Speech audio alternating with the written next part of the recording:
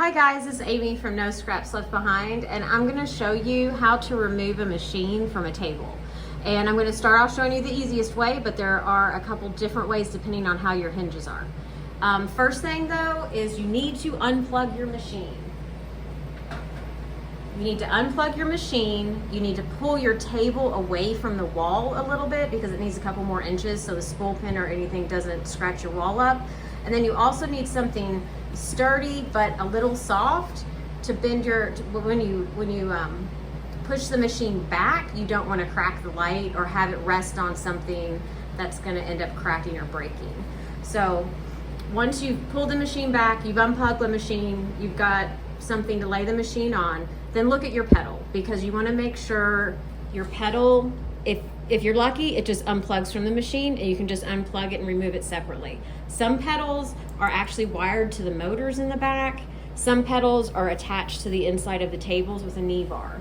So I'll do a separate video about what to do in those situations. A lot of times, well, especially if they're wired directly into the motor, you're gonna want to disassemble the pedal just enough to get the connectors off and then remove the machine that way. For our purposes, we've already removed the pedal, we've got the machine, now we want to remove it from the table. So the first thing you do is look at your hinges on the outside. Don't immediately go digging in the machine. So these hinges here are what's referred to as a lollipop hinge. It literally is just one screw holding it to the table. This right here basically goes into the machine, and then there's a set screw in the machine that holds this.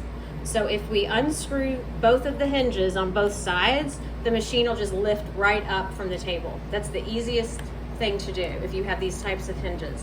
If your hinges are actually part of the table where they're underneath and they're actually into the table themselves, then you might want to consider just removing the machine and leaving the hinges in the table.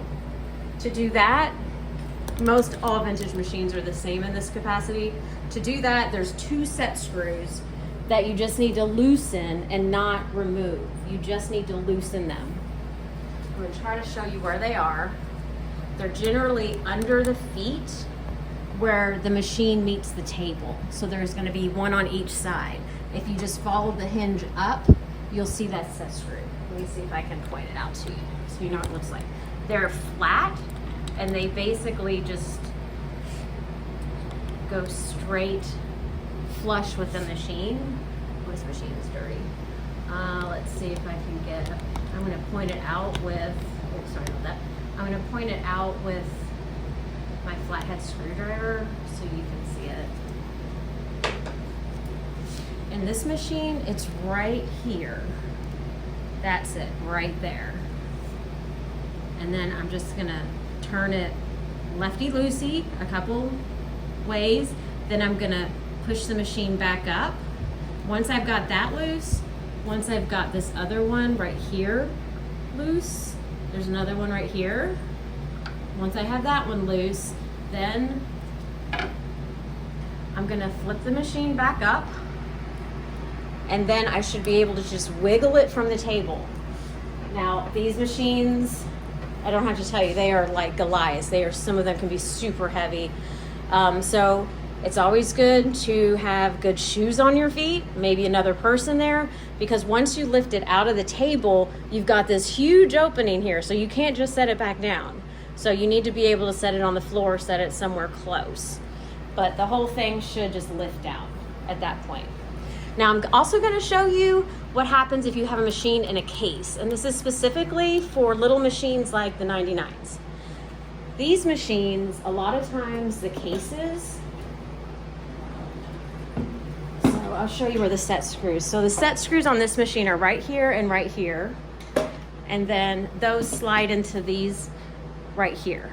Now the issue with these is when you try to take them out of the machine, a lot of times there's not enough clearance. Like this box flips up, there's just not very much clearance.